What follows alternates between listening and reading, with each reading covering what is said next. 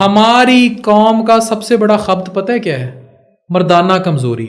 और सेक्स को ऐसे प्रिटेंड किया जाता है ना पाकिस्तान में, जैसे ये सब कुछ है। नहीं, मैं अभी सवाल पे आने वाला था कि आप कहते हैं मर्दाना कमजोरी कुछ भी नहीं है। मैं आप खुद देख लें, रिसर्च जाके देख लें। मैं रिसर्च से मुराद है, पूछ लें यंग जनरेशन से, वो शादी के नाम से उनकी जान जाती है। वो कहते हैं हम अभी शादी के काबिल नहीं क्योंकि सारी टोटे देखते हैं रातों को, ठीक है, वो समझते हैं। और सुहाग रातें बड़ी तबाह होती हैं पाकिस्तान में इन पॉर्न की वजह से। मेरे पास आ जाते हैं 4 दिन बाद शादी है, 5 दिन बाद शादी है। मैं कहता हूँ क्या कर जाके खड़ा नहीं होता, क्या मसला है?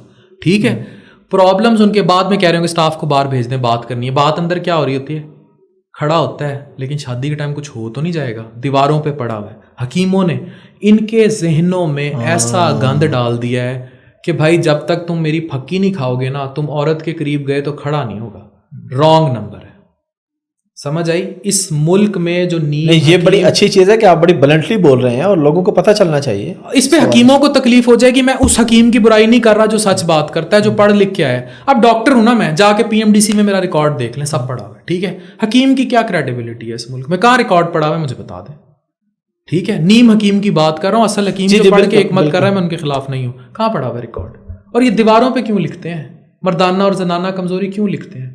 आप तो जनूबी पंजाब में पढ़े लिखे हैं ना। दीवारों पे बस्ता लटका के जो बच्चा थोड़ी सी उर्दू पढ़ना शुरू होता है, वो क्या पढ़ता है? सलीमी दवाखाना। क्यों भाई? बिल्कुल, हर जगह इधर आप चले जाएं, तो वो बच्चा जब सलीमी दवाखाना और मर्दाना कमजोरी और ये सारा पढ़ पढ़ के बड़ा होगा, उसको लगेगा कि भाई कुछ नहीं। हमारी कौम ने जो बेसिक नीड्स ऑफ लाइफ थी उन पर इतने सवाल उठा दिए, मास्टरबेशन पे, मुठ पे, ठीक है, अजाब बना दिया उसको। इतनी फ्रस्ट्रेशन दिमाग में भर दी लोगों की, लोगों ने रेप कर दिए, ठीक है, सही राह नहीं बताई। भाई या तो 18 साल की उम्र में शादी करो, या उन्हें मेडिकली एक्सप्लेन करो कि मैं मेडिकली बात कर रहा हूँ, मुझे कोई इस पे मैं रिलीजन पे फिर लोग शुरू हो जाएंगे, मैं वो बात नहीं कर रहा। मेडिकली मुठ मास्टरबेशन का मरदाना कमजोरी से कोई ताल्लुक नहीं है। आप दिन में 12 दफा भी मुठ मार सकते हैं। लेकिन आप ये पब्लिक को बताएंगे तो आवाम तो यही काम शुरू कर देगी। आप पहले नहीं कर रही, पहले उन्होंने मुठ्ठें कंट्रोल की हुई हैं, या नहीं कर रही? बताएं, पहले भी तो यही कुछ कर रही है, पर डरती है।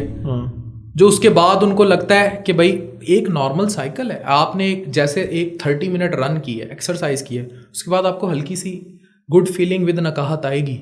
इसी तरह जो आपने सेक्सुअल प्लेयर अचीव किया है, उसके बाद हल्की सी नकाहत आएगी। हकीम रॉन्ग नंबर है। वो कहता है वो जो तूने मुठ मारी थी ना, ठीक है, शबाब क्लिनिक, लम्हों की गलतियां, बरसों की सजा, ठीक है।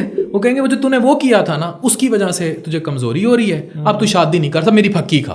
फक्की खाएगा तो तू शादी के काबिल हो जाएगा। नहीं होगा ना, यही तो बता रहा हूँ। हकीम कहता है वो होगा, लेकिन वो टेक्निकली नहीं होगा। जब वो फक्की खाता है, इसमें प्रायापिज्म के मरीज हैं, बाकी मरीज हैं, technically it is so dangerous. उसमें एनाबॉलिक स्टीरॉइड्स हैं, वो आपको जिसामत तो शायद वो दे दें, लेकिन सेक्सुअली उसमें वियाग्रा की गोलियां कूट कूट के डाली हुई हैं। अल्टीमेटली दैट फक्की इज वेरी डेंजरस। वो बहुत टेरिबल नुकसान पहुंचाएगी उस अज़्वे तनासुल को जिसको आप सारी जिंदगी बड़ा प्यार से रखते आए हैं, ठीक है। तो इसलिए पाकिस्तान में हमने सेक्स एजुकेशन, जब मैं सेक्स एजुकेशन की बात करता हूं ना, मैं कहता हूं अपने बच्चों को बताएं 6 साल की उम्र में कि उसका प्राइवेट ऑर्गन कौन सा है। 12 साल की उम्र में उसको बताएं, उसको खुद बता दें कि इससे पहले उसको बाहर कोई गे बता दे। अच्छा, किसी ने मुझसे पूछा अपने बच्चों को सेक्स एजुकेशन कब दें? अपने बच्चों को सेक्स एजुकेशन तब दें इससे पहले कि कोई बाहर वाला दे दे। और बाहर वाला हो सकता है, जरूरी समझते हैं कि सेक्स एजुकेशन बच्चों को देनी चाहिए, पेरेंट्स को देनी चाहिए, बिल्कुल, जब वो बलूगत अप्रोच करें। और सेक्स एजुकेशन का मतलब कामा सूत्रा या वीपीएन या नेट या टोटे नहीं है। जी जी, सेक्स एजुकेशन का मतलब ये है कि उसको बताएं कि जेरे नाफ बाल सुन्नत के मुताबिक कैसे साफ करने हैं, अपनी एक्जिला के बाल कैसे साफ करने हैं, टाइडीनेस क्या है, आपका प्राइवेट ऑर्गन क्या है, सेक्स एथिक्स क्या है। अगर किसी बच्ची को देख के आपको कुछ हो रहा है या कुछ हो रहा है तो उसको नफ्स को कैसे कंट्रोल करना है, उसकी रिलीजियस बाउंड्रीज क्या है, उसकी सोशल बाउंड्रीज क्या है, लिविंग रिलेशनशिप। पाकिस्तान में इतने कपल्स लिविंग रिलेशन में रह रहे हैं, आप डिनाई करके दिखाएं, बिल्कुल रह रहे हैं, दे आर लिविंग इट, पता, ठीक है, रह रहे हैं, ओपनली रह रहे हैं, छुपा के रह रहे हैं, दे आर डूइंग सेक्स। यहाँ पे मसला ये है अफान भाई कि आप सेक्स एजुकेशन का जब नाम लेते हैं ना, तो लोग कहते हैं नहीं, इसका मतलब इसका मतलब कामा सूत्र है। हाँ एग्जैक्टली, इसका मतलब कामा सूत्रा नहीं, इसका मतलब वो एथिक्स हैं जो सिखा देने चाहिए, वो तालीम है, वो शऊर है। मैं तो इसमें उन तमाम उल्मा को क्रेडिट दूंगा जो ये बात करते हैं, अगर बंद महफिलों में भी करते हैं बहुत अच्छी बात है कि वो उन्हें बताते हैं। अगर आपका आलिम डिमांड कर रहा है ना कि वक्त पे निकाह कर दो अपनी बच्ची का और अपने बच्चे का, वो तो सुधार की बात कर रहा है, वो बिल्कुल सुधार की बात कर रहा है। आप दीन बचा लो। क्यों शैतान चीखता है जब निकाह होता है? आप दीन बचाते हैं। हम मेडिकल साइंस कोई शरीयत से बाहर नहीं है, नथिंग इज आउटसाइड। क्या कतर ने जो LGBTQ बैन किया है, लेस्बियन के, ठीक है, तो क्या वहां वर्ल्ड कप फुटबॉल नहीं हो रहा? ठीक है, कोई चीज पूरी दुनिया में शरिया से बाहर नहीं है। हमारी मेडिकल साइंस में कोई चीज शरिया से बाहर नहीं है। हमने चीजों को अननेचुरल किया है। आप कहते हैं कि एक बंदा, उसकी शादी हो, वो बाहर चला जाए, लड़की यहां पड़ी रहे। पाकिस्तान में एड्स इतना फैला दिया है, क्यों फैला है पता है आपको? उसकी वजह यह है कि जो ओवरसीज बाहर जाते हैं वहाँ फिलिपीनी भी हैं, ताइवानी भी हैं, तो दुबई में सारी वो नंगी टांगे देख रहे हैं, हाँ। ठीक है, ब्रेस्ट देख रहे हैं open. How come you see कि जिसकी यंग बीवी यहाँ पड़ी हो, उसको अवेलेबल ना हो, ठीक है, और वो दुबई गया हुआ है और उसको सस्ता सेक्स, वो कमा भी रहा है, घर भी पैसे बेच रहा है, उसको सेक्स वहाँ मिल रहा है, ठीक है, इधर तो नहीं मिल रहा बेचारी को। हाँ। ये बेचारी फ्रस्ट्रेशन में और पागल हो रही है, ज़हनी साइको हो रही है। देखें, ट्राई टू अंडरस्टैंड। रोटी ना मिले ना भूख लगती है, पानी ना मिले प्यास लगती है, एंड थर्ड इज सेक्स। नहीं मिलेगा फ्रस्ट्रेशन होगी। और इस भूख, सबसे गंदी भूख है ये, सबसे गंदी भूख, तबाह कर देती है। तो फिर क्या होता है? They do it and they bring it to Pakistan.